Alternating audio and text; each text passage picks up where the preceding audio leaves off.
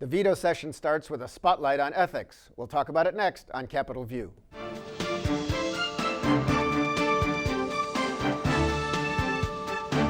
Welcome to Capitol View, the program where we talk about state government, sometimes the federal government, how it just might affect your life. I'm Bernie Schoenburg from the State Journal-Register.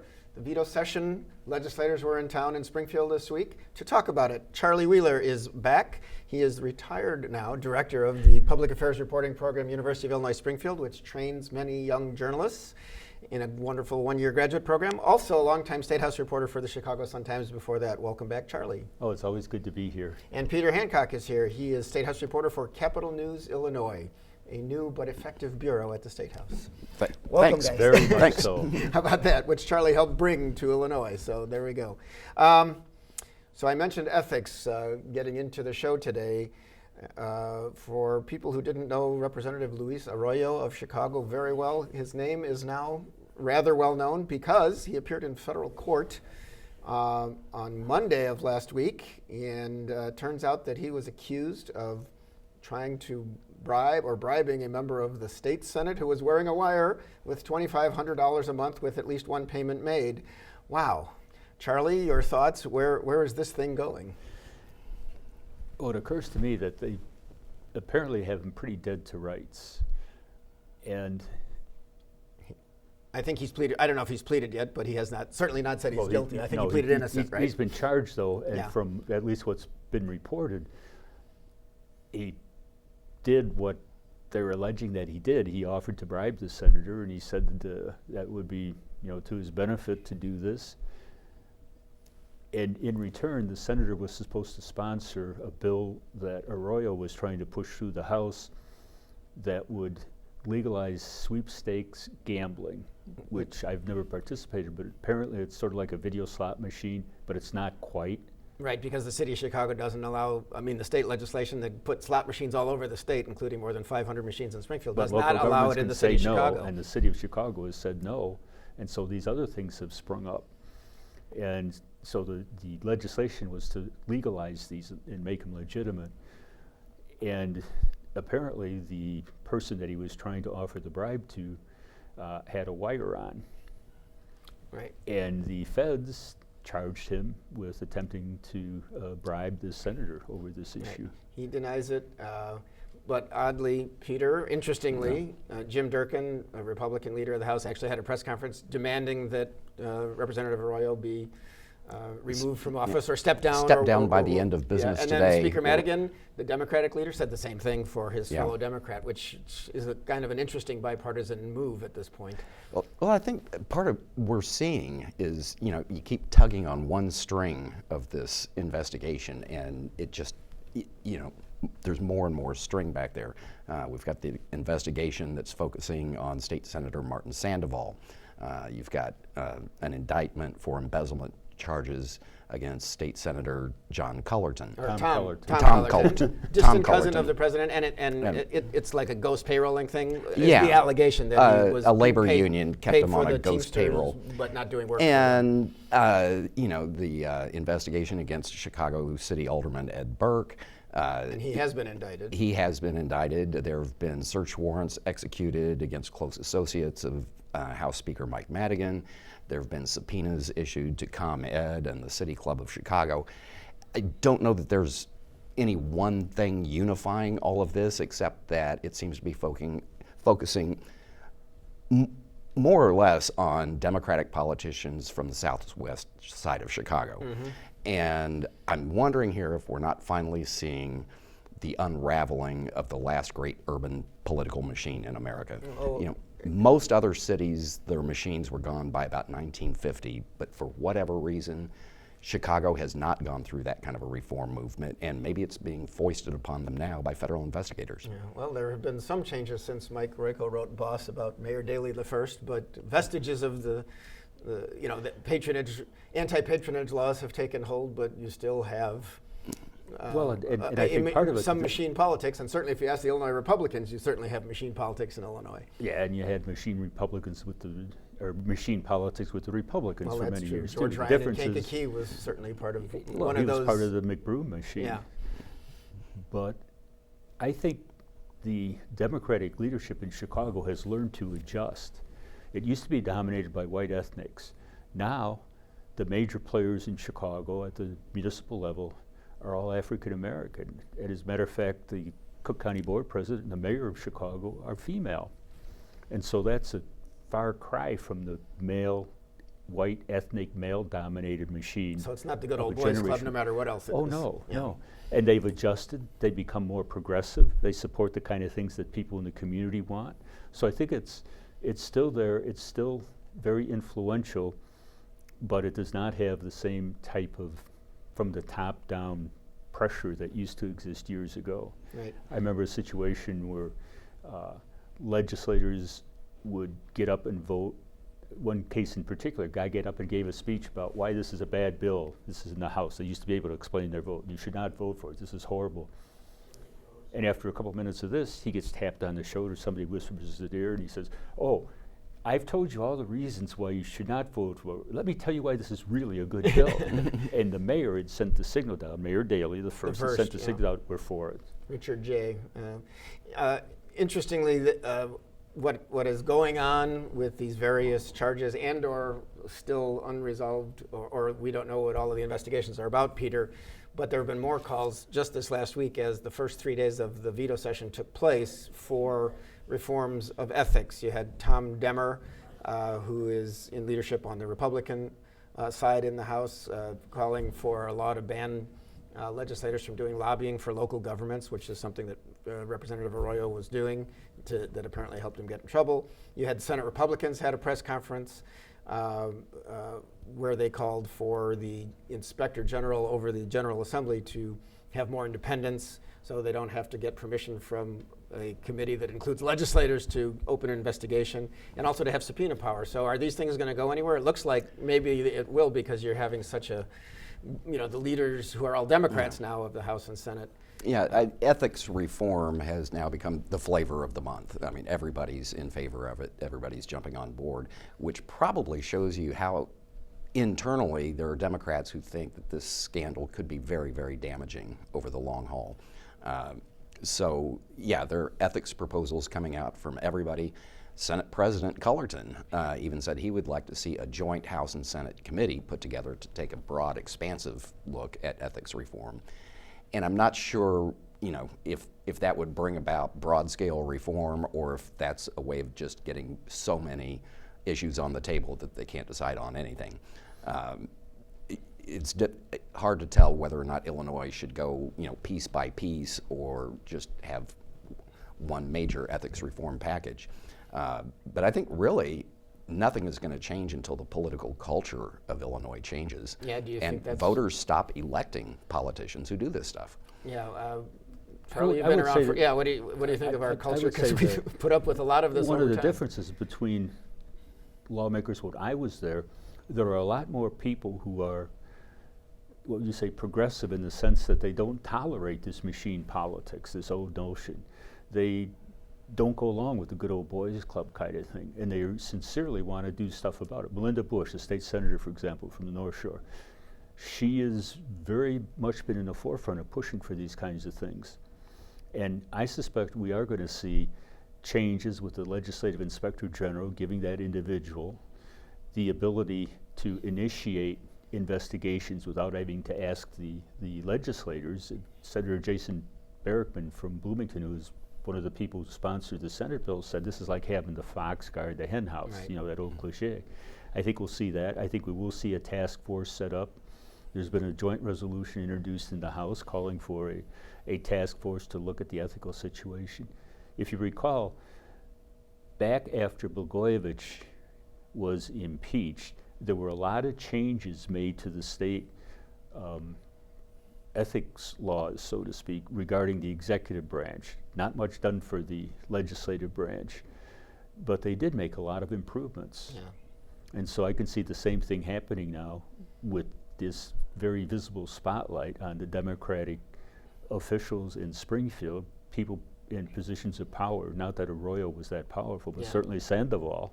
Yeah, right. Well, what's interesting, when I saw Speaker Madigan immediately the first day that this came out to say Representative Arroyo should step down or we will take steps to remove him. It reminded me of Speaker Madigan responding in the last couple of years to the Me Too movement, where he got rid of people on his staff almost immediately after there were allegations that they had said bad or done bad things, of a harassing nature involving women, because he perhaps smart enough to know that these things matter now. Maybe they didn't matter 20 years ago, but and you need to respond. Yeah, or perhaps it was just that being an old guy, and I can say that because I'm actually several months older than Mike Madigan.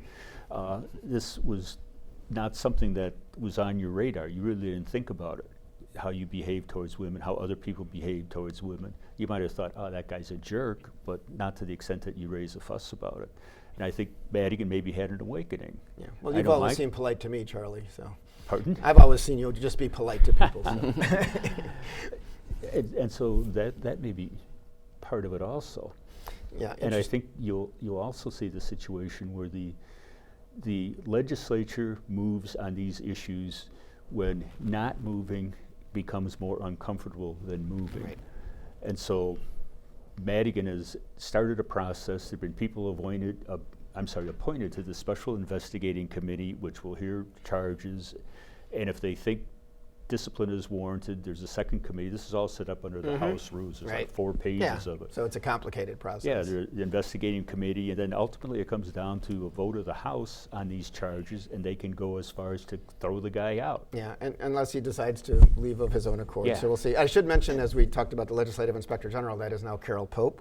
She's she retired actually as an appellate court justice, and she lives in Petersburg. So she is the Inspector General who, I guess, we found out this week, sent a letter this summer to legislative leaders saying she wanted this extra power that the Republicans then announced in a press conference that should happen through legislation. And I think the Legislative Inspector General, either immediately before her or a couple before her, was Tom Homer, another former judge, who also suggested that they should strengthen the powers when he left. And this was probably and he was also a former legislator from Canton. Yes, he was. Way back. And or was it Canton? I think it was. The interim inspector general between those two, who was there for just a couple of years, wrote a stinging op-ed piece in the Chicago Tribune criticizing the post and actually accusing the General Assembly of having buried some reports where she had found what she believed was wrongdoing on the part of a legislator.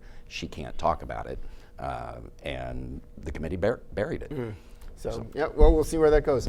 In the midst of all this, and some may wonder if the legislature can get stuff done while all of this other stuff is happening, there are some bills that are moving. One of them, State Senator Andy Minar has been pushing and had a couple of events around the state to illustrate the problem of the cost of insulin for people who are diabetic, and a bill actually passed out of the Senate this last week, and it now goes to the House, possibly for action in the next 3 days of the fall veto session, which come, I think, the 12th through the 14th of November. That would cap to $100 a month the out-of-pocket costs through certain insurance plans. Peter, that one seemed to get bipartisan support. It did, and I think it's probably because almost everybody, if you don't have diabetes, you know somebody who does, or you're related to somebody who does. It affects more than 1 million people in the state of Illinois. Wow. And for whatever reason, the costs of it have been skyrocketing. And I'm still trying to get an explanation of that, because we can all understand how getting a new drug to market requires an awful lot of research. It's a highly risky venture to get into. Insulin's been around for 70 years. Yeah, and they figured out how to make it in a synthetic way. They know how to make it. Right. Of course, now they know how to make it synthetically rather than taking it from animals. But nonetheless, it's been around there for a long time, and there doesn't seem to be much of an explanation for why the costs are going up as rapidly as they are. Interestingly enough, early in the session, some progressive Democrats, including Will Guzzardi and a few others, had a bill that would have imposed price controls across the board on pharmaceuticals.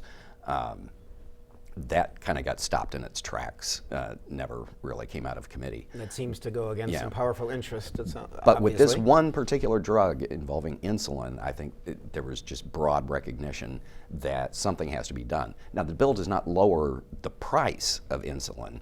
It just lowers how much out of pocket a patient has to pay.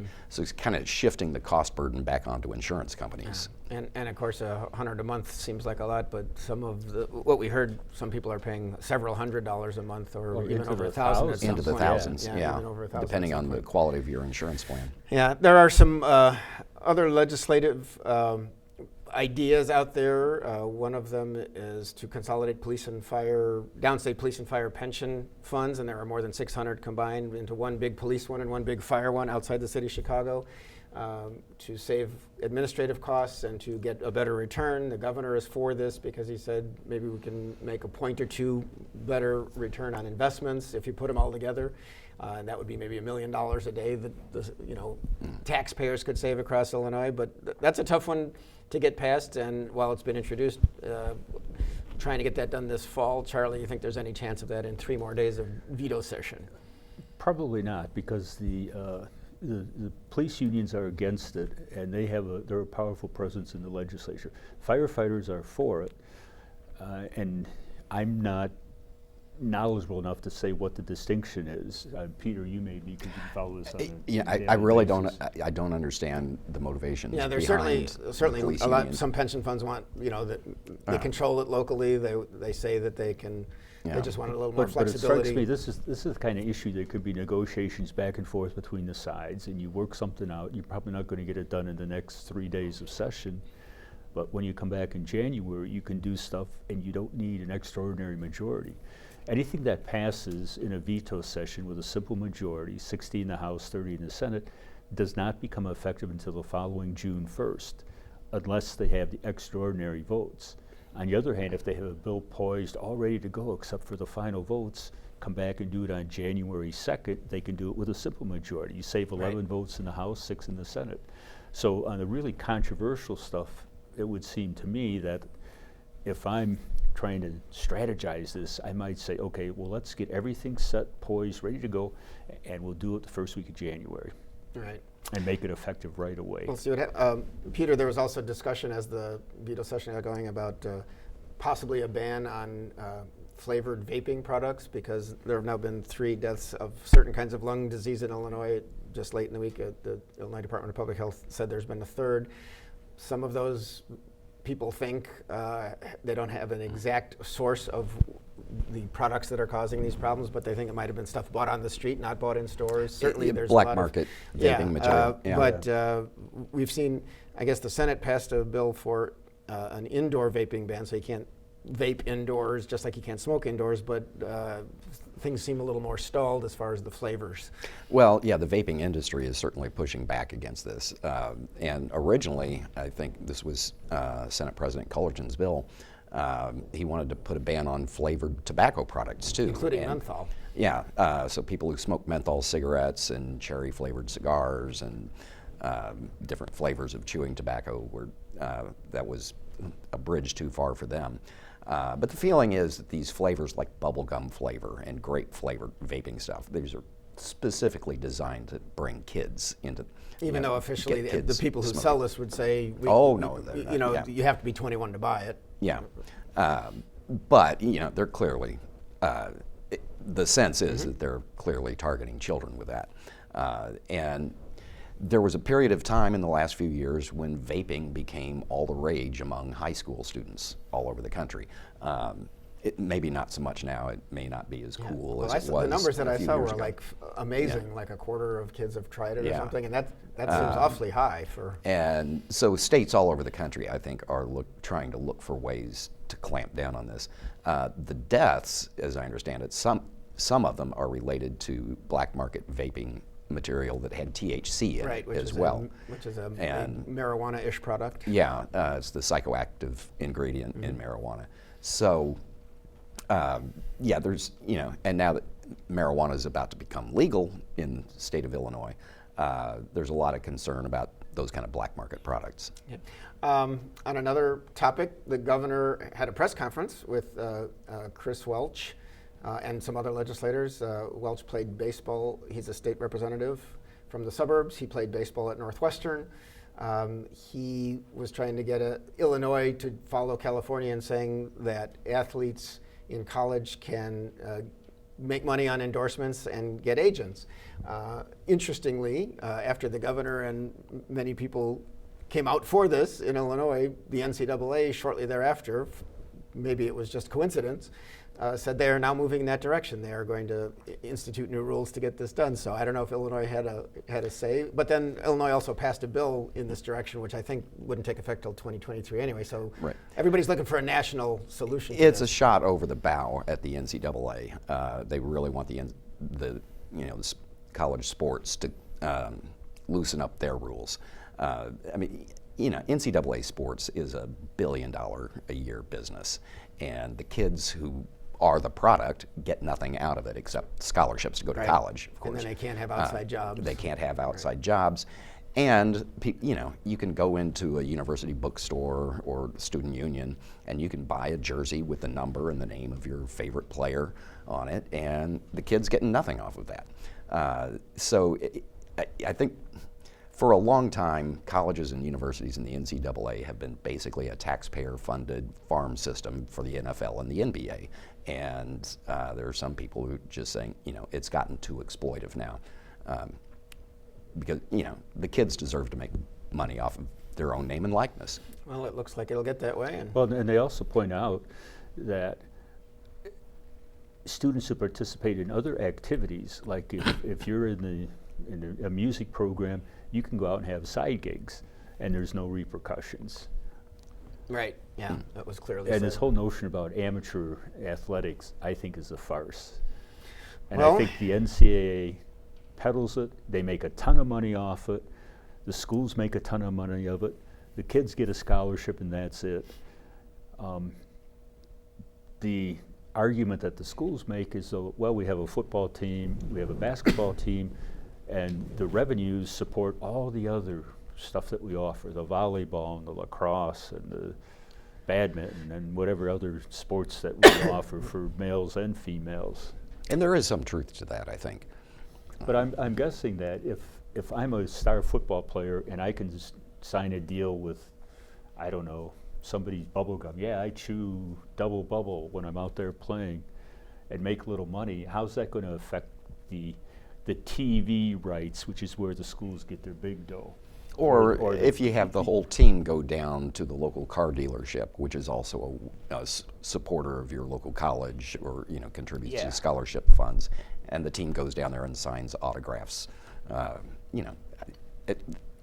don't see any harm in that. In my mind, where the big money is, the big money comes from the TV rights. Sure. And the this schools is get not that. going to affect that at all. And as a matter of fact, in my mind, the reason why the NCAA has decided to yield is they're looking at the landscape. California has already done this. How many schools are there in California, big name schools? Illinois is going to do it. How many big name schools are there in Illinois? Well, not like California, although U of I may turn out to be something yet. They're winning more things. Yeah, Well, and New York is thinking about it, so they see the way the lawmakers are doing because of this argument that there's a certain amount of justice involved in students being able to capitalize on their gifts. Okay, speaking of another big name, you've heard of President Trump. He made his first visit to Chicago since being elected president. The police superintendent of Chicago, Eddie Johnson, said he wasn't going to attend, but because he doesn't think the president represents the values of Chicago because he keeps trashing the city. But the president spoke at the International Association of Chiefs of Police at McCormick Place. It was a room full of people, and he just attacked the city, attacked Eddie Johnson. And Charlie, you probably have thoughts on this. There were three members of Congress from Illinois, Rodney Davis, Darren LaHood, and Mike Bost, who were there. The president called them warriors for the good fight, and they all flew back to Washington with the president on Air Force One. But Charlie, you'll probably note that the president said a few things people in Chicago and perhaps fact checkers would disagree with. Well, yeah, as a matter of fact, one of the things he said was that over the last 2 years, the number of murders in America and America's major cities has dropped, unlike here in Chicago. Well, that's not accurate. But in my mind, that wasn't the most Egregious, head-scratching perhaps. thing that he said. He also said that Afghanistan is safer than Chicago. And I'm thinking, who in their right mind would say something like that? When was the last time there was a car bombing in Chicago? When was the last time that somebody exploded a suicide vest and killed, dozens of people? Right. I mean, that's just... Well, there are more than 500 murders a year in Chicago still, even with lower numbers. Yeah, and in August, I think there were 6,000 people killed in Afghanistan. Understood. And Chicago is not the city with the top crime rate. Chicago is... Right. Yeah, and I know that PolitiFact thing you have there shows that actually... Yeah, and PolitiFact, which is a nonpartisan research type organization, and rates Republicans and Democrats on what they say, and other people too. They gave the president a pants on fire, which means that it's really, really bad. Yeah. And it goes from the old, I don't know if it's still current, but back in my day you'd say, liar, liar, pants on fire.